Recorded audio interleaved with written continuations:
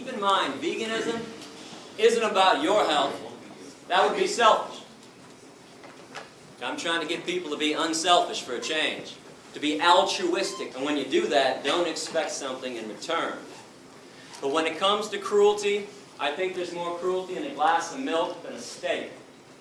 And I want to make my case visually and verbally. You're only the 11th class to see what I'm about to show.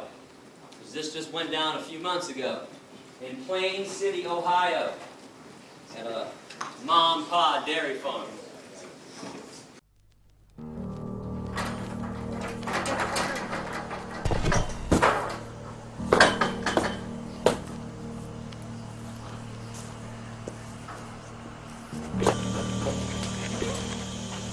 There we go. Yeah. You're mine. Yeah, here's my motherfucker. Yeah.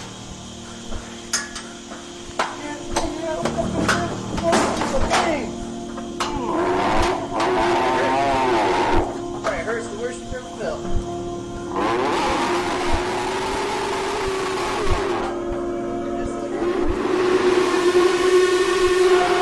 This is not an isolated incident. Don't for 1 minute think that this is an isolated incident. This is how slaves are treated. You don't really think that slaves get treated nicely, do you? You really think white people were nice when they shipped black people over here on ships? You don't think Nazis were nice when they walked Jews and gypsies into the gas chambers, do you? And this happens because you want to buy those products. Yeah, that guy's a scumbag for doing that. But he's doing that because you want to eat what comes out of her body. And enough already. You're not a caveman and you're not a cavewoman anymore. Stop acting like Neanderthals. This is 2010. Give it up. It's not cute and it's not funny because animals are being abused. It is not your right and it is not your freedom to do this to them. You don't get to have freedom when somebody else doesn't. That's a violation. And if you wonder why vegans get so upset sometimes, like I am right now, you just saw some of it. Every time we show up at a farm, somebody's punching, kicking, and stabbing somebody. And something else that I'm curious about, how come when I show videos like this of people punching and kicking animals, people are more upset with that than when they shove a knife in their throat? So even if you find a farm where they're not punching and kicking, when they shove a knife in their throat or put a bullet between their eyes, how is that not cruelty? Did you know that 90% of hamburger meat in America comes from the dairy industry? When cows no longer give huge amounts of milk after 3 to 7 years, slaughterhouse, no exceptions. If ever given a chance, cows can live to be 18 to 25. And cows are like all female mammals. I am not trying to talk down to you when I speak about animal issues. It's just that people don't think that animals go through the same things, the same emotions that you go through, that we all go through. In order for a female mammal to give milk, she has to be pregnant.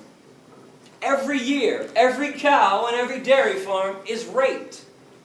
A long steel device shoved in their vaginas to inject them with bull semen, or sometimes they use a bare hand. This forces the milk flow.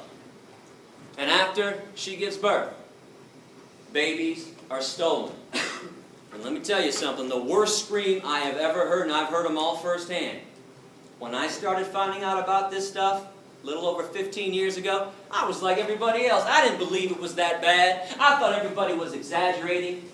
But unlike everybody else who just blows it aside, brushes it off, I actually went to see what was going on. I spent 6 weeks at Thornapple Valley Pig Slaughterhouse in Detroit in 1993. I broke into animal research laboratories. I broke into fur farms. I went behind the scenes of every circus and every rodeo that ever came through Michigan. Worst scream I've ever heard. A mother cow on a dairy farm. as she screams and bellows her lungs out day after day for her stolen baby to be given back to her. And I can only imagine the same scream every woman in this room would make if somebody held you down after birth and stole your newborn baby from you. And why did they take babies away from their moms? Well, the dairy industry can't have little babies sucking up all that milk that was meant for them when they'd rather sell it to you instead. Every time you have a glass of cow milk, some calf is not.